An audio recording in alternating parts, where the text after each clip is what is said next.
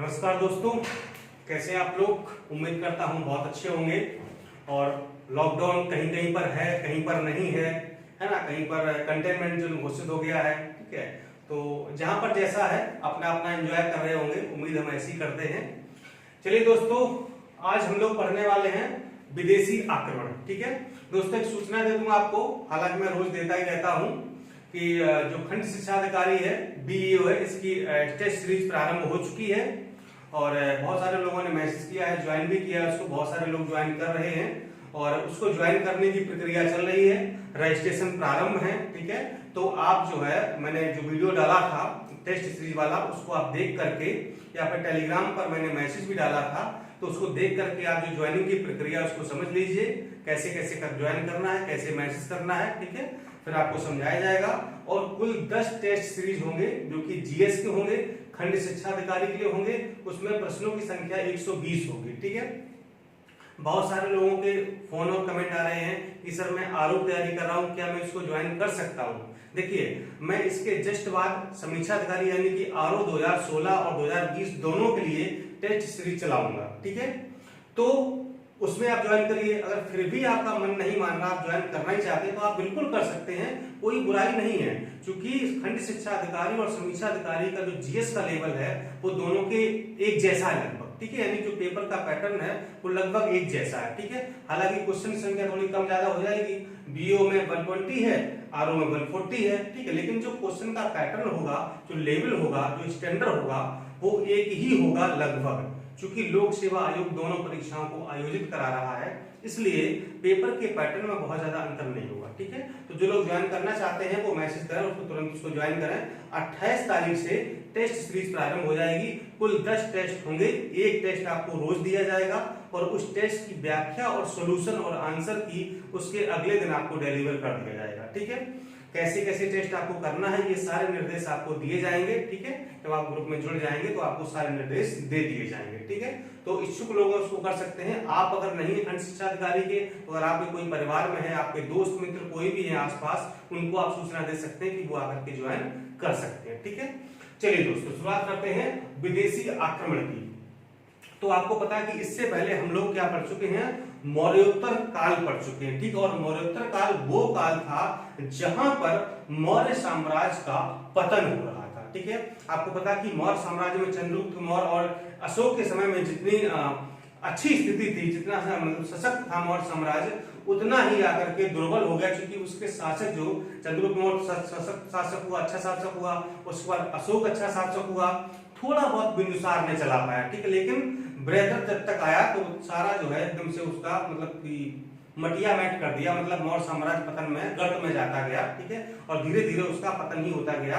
तो मौर्योत्तर काल में कुल मिलाकर के हम लोग मौर्य साम्राज्य के पतन के बारे में पढ़ते हैं, जहां पर 185 ईसा पूर्व में मौर्य साम्राज्य के अंतिम शासक बृहद्रथ की हत्या करके उसके सेनापति ने यानी कि पुष्यमित्र शुंग ने, जो उसका सेनापति था बृहद्रथ था, उसकी हत्या करके और पुष्यमित्र शुंग ने शुंग वंश की स्थापना की थी, ठीक है। उसी को कहा गया मौर्योत्तर काल, यानी कि जहां पर मौर्यों का पतन हो रहा था, ठीक है। तो यहाँ पर देखिए 3 घटनाएं एक साथ हैं। एक तो मौर्य काल का पतन हो रहा है, दूसरा शुंग वंश की स्थापना हो रही है, और तीसरी एक घटना उसी समय की है जब विदेशी आक्रमण भी हो रहे थे।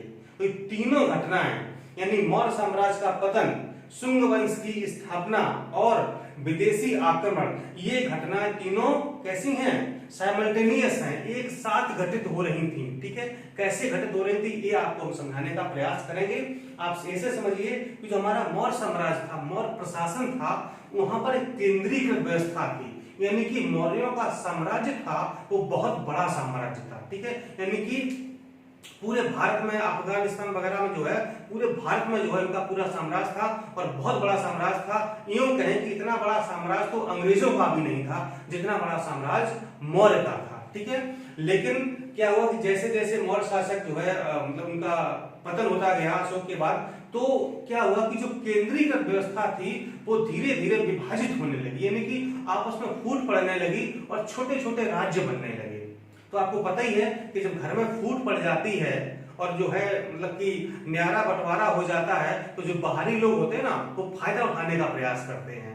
कुछ ऐसा ही हुआ मौर्य साम्राज्य के समय, ठीक है, कि जब फूट पड़ने लगी, केंद्रीकृत जो व्यवस्था थी वो जब टूटने लगी, ठीक है, छोटे छोटे राज्य बनने लगे, छोटे छोटे जो है बनने लगे, तो क्या हुआ कि शुंग वंश की स्थापना भी पुष्यमित्र शुंग ने अपना जो है अपना मतलब जो सेनापति था और बृहद की हत्या कर दी, अपना शुंग वंश की स्थापना कर ली। उसी समय जो विदेशी लोग थे उन्होंने भी सोचा कि यहाँ पर जो है फूट पड़ी हुई है और छोटे छोटे राज्य बन रहे हैं, मौर्य साम्राज्य का पतन हो रहा है, क्योंकि हम भी जो है बैठी गंगा में हाथ धो लें। तो ये भी आए और अपना आक्रमण शुरू कर दिए, ठीक है। तो ये तीनों घटनाएं यानी कि मौर्य साम्राज्य का पतन, शुंग वंश की स्थापना और विदेशी आक्रमण, ये तीनों घटनाएं एक साथ हैं। इन्हीं को हम समझने का प्रयास करेंगे कि भारत पर किन किन शासकों ने कहां के वो थे, किसने किसने आक्रमण किया, ठीक है। तो इसके हम दो वीडियो आपको देंगे।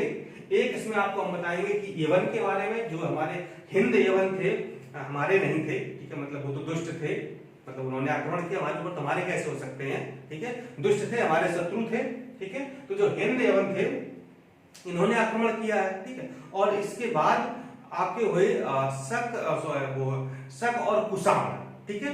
तो शक और कुषाण के बारे में भी, शक, कुषाण और पहलव, ठीक है, एक क्रम हुआ लिखा है, हिंद यवन, शक, पहलव और कुषाण, ठीक है। तो आज हम पढ़ेंगे इस वीडियो में हिंद यवन के बारे में और अगले वाले वीडियो में पढ़ेंगे शकों के बारे में, पहलवों के बारे में और कुषाणों के बारे में, ठीक है। तो दो लेक्चर में हम विदेशी आक्रमण समाप्त करेंगे, ठीक है।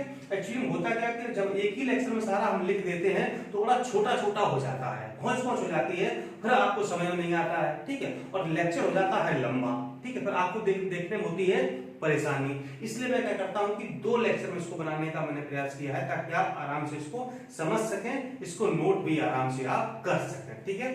चलिए तो शुरुआत करते हैं। तो देखिए क्या हुआ कि मौर्य साम्राज्य के पतन के बाद मध्य एशिया से विदेशी आक्रमण हुए, ठीक है। तो जो विदेशी आक्रमण कहां से हुए, बेसिकली जो मध्य एशिया वाला क्षेत्र था वहां से जो भी आक्रमण हुए हैं वो हुए हैं, ठीक है। और इन आक्रमणकारियों ने उत्तरी पश्चिमी सीमा प्रांत तथा मध्य भारत के एक बड़े क्षेत्र पर अपना अधिकार जमा लिया, ठीक है। यानी जो भी आक्रमणकारी आए उन्होंने उत्तर पश्चिमी सीमा प्रांत तथा मध्य भारत के एक बड़े क्षेत्र पर अपना अधिकार कर लिया या अधिकार जमा लिया, ठीक है। और क्या हुआ, जो विदेशी आक्रमणकारी थे उनका भारत पर आक्रमण करने का जो क्रम है उसको याद रखिएगा, कभी कभी पूछ लिया जाता है। तो सबसे पहले आक्रमण किया था हिंद यवन ने, ठीक है, इनको इंडो ग्रीक भी कहा जाता है, ठीक है। इसके बाद किया शकों ने, इसके बाद पार्थियाई या पहलवों ने किया और अंतिम में किया कुषाण वंश के शासकों ने, ठीक है। तो ये है भारत पर विदेशी आक्रमणकारियों का क्रम, ठीक है, याद रखिएगा। तो सबसे पहले पढ़ते हैं हम लोग हिंद यवन यानी कि इंडो ग्रीक के बारे में, ठीक है। तो ये जो हिंद यवन थे ये सबसे पहले आक्रांता थे, यानी कि सबसे पहले आक्रमण इन्होंने किया। निवासी कहाँ के थे, ये बैक्ट्रिया के निवासी थे, जो वर्तमान में अफगानिस्तान वाला क्षेत्र है उसी कहा जाता है बैक्ट्रिया, ठीक है। और ये ग्रीक यूनान यानी कि यूनान जो है, ये जो हम लोग ग्रीक भाषा पढ़ते हैं या यूनानी भाषा पढ़ते हैं, तो ये ग्रीक जो है यूनान के बेसिकली निवासी थे, यानी कि वहां से ये बिलोंग करते थे। और प्राचीन भारतीय साहित्य में इनको यवन कहा गया, ठीक है। इनको हिंद यवन क्यों कहा गया, कि प्राचीन हमारे भारतीय साहित्य हैं तो इनका नाम जो है उन साहित्य में यवन मिलता है, इसलिए इनको हिंद यवन कहा गया है, ठीक है। और जो भारत पर यवनों का प्रथम आक्रमण हुआ है वो पुष्यमित्र शुंग के समय हुआ था, ध्यान रखिएगा। पुष्यमित्र शुंग वंश का प्रथम शासक था जिसने अपने राजा वेदरथ की हत्या करके शुंग वंश की स्थापना की थी। तो पुष्यमित्र शुंग के काल में ही भारत पर यवनों का प्रथम आक्रमण हुआ था। ये प्रश्न परीक्षा में पूछा जा सकता है, याद रखिएगा, ठीक है। और जो पहला यवन आक्रमणकारी था उसका नाम था डेमेट्रियस प्रथम, ठीक है। जो प्रथम हिंद यवन आक्रमणकारी था उसका नाम था डेमेट्रियस प्रथम, ठीक है। इसने क्या किया कि 183 ईसा पूर्व में लगभग मतलब समय लगभग ये 183 के आसपास, ईसा पूर्व के आसपास पंजाब के कुछ भागों को जीत लिया, ठीक है। नहीं आक्रमण किया और पंजाब यानी जो वर्तमान पंजाब है उस पंजाब के कुछ भागों को जीत लिया और इसने अपनी राजधानी को बनाया था साकल यानी कि सियालकोट, ठीक है। सियालकोट कहां, पंजाब में पड़ता है। तो साकल यानी कि सियालकोट को इसने अपनी राजधानी बनाया। और उसी समय क्या हुआ कि एक और जो है व्यक्ति था जिसका नाम था यूक्रेटाइड्स, ठीक। तो ये भी अब चूंकि देखिए जो डेमेट्रियस प्रथम था ये भी बैक्ट्रिया का निवासी था, आया 183 ईसा पूर्व आसपास, पंजाब के कुछ भागों को जीत लिया, आक्रमण किया, जीत लिया, ठीक है, और यहाँ पर साकल में यानी कि अपनी राजधानी बना ली, ठीक। उसी समय क्या हुआ कि जो यूक्रेटाइड्स था वो भी यहाँ का शासक था, ठीक है। इसने क्या किया यूक्रेटाइड्स ने कि बैक्ट्रिया में विद्रोह करा दिया, अपने शासन को चलाने के लिए क्या किया, विद्रोह करा दिया। तो वहां की जनता भड़क गई, इतनी भड़क गई कि इसी के खिलाफ भड़क गई, और इतनी ज्यादा भड़की कि इसको बैक्ट्रिया छोड़ना पड़ा। तो ये बैक्ट्रिया छोड़ करके कहां पर आ गया, ये भारत में आ गया, और भारत में आकर के इसने आक्रमण कर दिया, ठीक है। तो जो है डेमेट्रियस प्रथम के बाद कौन आया था, यूक्रेटाइड्स आया था। कहां से, बैक्ट्रिया से आया था। तो इसने भी भारत के कुछ हिस्सों को जीत लिया आक्रमण करके, और इसने अपनी राजधानी बना ली थी कहां पर, तक्षशिला, ठीक है, जो पंजाब में पड़ता है इस समय। तक्षशिला को इसने अपनी राजधानी बना ली, ठीक है। फिर देखिए क्या हुआ कि जो यवन साम्राज्य था, ठीक है, क्योंकि हम लोग हिंद यवन पढ़ रहे हैं। अब इतनी बात तो यहां तक हो गई कि दो शासक आ गए, कौन कौन, एक डेमेट्रियस प्रथम आ गया और यूक्रेटाइड्स आ गया, ठीक है, जिन्होंने अपनी अपनी अलग अलग राजधानी बना ली। फिर क्या हुआ कि अब चूंकि एक ही जो है साम्राज्य के दो शासक कैसे हो सकते हैं, तो जो हिंद यवन साम्राज्य था या यवन साम्राज्य था, ये दो भागों में विभाजित हो गया। एक भाग हो गया डेमेट्रियस वंश और दूसरा हो गया यूक्रेटाइड्स वंश, यानी कि हिंद यवन साम्राज्य दो भागों में विभाजित हो गया, डेमेट्रियस वंश और यूक्रेटाइड्स वंश में विभाजित हो गया, ठीक है। डेमेट्रियस वंश का जो सबसे प्रतापी शासक मिलता है उसका नाम है मिनांडर, ठीक है, क्या नाम है, मिनांडर। और बौद्ध साहित्य में जो इसका नाम मिलता है वो मिलता है मिलिंद, ठीक है, यानी कि बौद्ध साहित्यों में ये मिलिंद के नाम से प्रसिद्ध है, ठीक है। बाकी इसका जगह नाम मिनांडर मिलता है। तो मिनांडर और मिलिंद एक ही व्यक्ति के दो नाम है, ठीक है। अच्छा, बौद्ध ग्रंथ जो है इसका नाम है मिलिंद पन्हो, ठीक है, ये परीक्षा में पूछा जाता है। जो बौद्ध ग्रंथ मिलिंद पन्हो है, इसमें क्या है, नागसेन जो कि बौद्ध भिक्षु था एवं मिनांडर की बृहद वार्ता संकलित है, ठीक है, यानी कि बृहद वार्ता मतलब कि लंबी बातचीत जो है जो हुई है उसका संकलन किया गया है किसमें, मिलिंद पन्हो में, ठीक। किसके बीच, नागसेन और मिनांडर के बीच की जो बृहद वार्ता है उसका वर्णन किया गया है, संकलन किया गया है किसमें, मिलिंद पन्हो में। मिलिंद पन्हो क्या है, ये बौद्ध ग्रंथ है, ठीक है, और नागसेन कौन था, ये बौद्ध भिक्षु था, ठीक। और जो पुष्यमित्र शुंग था, यानी जो शुंग शासक था, पुष्यमित्र शुंग यानी शुंग वंश का संस्थापक था, उसने जो है इसे पराजित कर दिया था और उसको मार दिया था। जो भी हुआ था मतलब ये खत्म हो गया, ठीक है। फिर क्या हुआ, अब इधर देख लेते हैं यूक्रेटाइड्स। जो यूक्रेटाइड्स वंश था, इसका जो सबसे प्रतापी शासक था उसका नाम था एंटियालकिड्स। क्या नाम था, सही से देखिएगा, एंटियालकिड्स, ठीक है। और इसने जो है भागभद्र के दरबार में अपने राजदूत हेलियोडोरस को भेजा था, ठीक है। भागभद्र कौन था, ये शुंग वंश का नवा शासक था, ठीक है। कौन सा था, भागभद्र कौन था, शुंग वंश का नवा शासक था। तो इसने भागभद्र के दरबार में अपने राजदूत हेलियोडोरस को भेजा था, ठीक है। तो इसी हेलियोडोरस ने विदिशा में, जो कि कहां पड़ता है, एमपी में पड़ता है, विदिशा में गरुड़ स्तंभ स्थापित किया था। किसने, हेलियोडोरस ने। तो परीक्षा में पूछा जाएगा कि गरुड़ स्तंभ किससे संबंधित है, या गरुड़ स्तंभ की स्थापना किसने कराई थी, हेलियोडोरस ने कराई थी। किसका राजदूत था, एंटियालकिड्स का राजदूत था, ठीक है। तो गरुड़ स्तंभ इसने स्थापित किया था और इस पर वासुदेव का नाम अंकित करवाया था। वासुदेव मतलब श्री कृष्ण, ठीक है। तो इसने इस पर वासुदेव का नाम अंकित करवाया था, ठीक है। तो ये जो है यवन समाज था, इस तरह से दो भागों में विभाजित हो गया, ठीक है। पर ये इनका कैसे शासन समाप्त हुआ, कैसे ये मतलब मर गए, तो इसका कोई मतलब विशेष वर्णन नहीं है, कुछ पता होता है इनका नहीं चलता है, ठीक है। तो फिर धीरे धीरे ये समाप्त ही हो गए और फिर जो है अगले शासक आगे शक, तो शकों ने आके आक्रमण कर दिया, ठीक है। तो शक पढ़ाएंगे आपको नेक्स्ट वीडियो में, है ना। अब देखिए जो यवन साम्राज्य था या जो यूनानी साम्राज्य था या जो यूनानी शासक थे, तो उसका हमारे भारत पर क्या प्रभाव पड़ा और क्या चीजें हमको वहां से मिली, ठीक है। तो तीन चीजें यहाँ पर प्रमुख हैं जो मैं आपको बताऊंगा, ठीक है।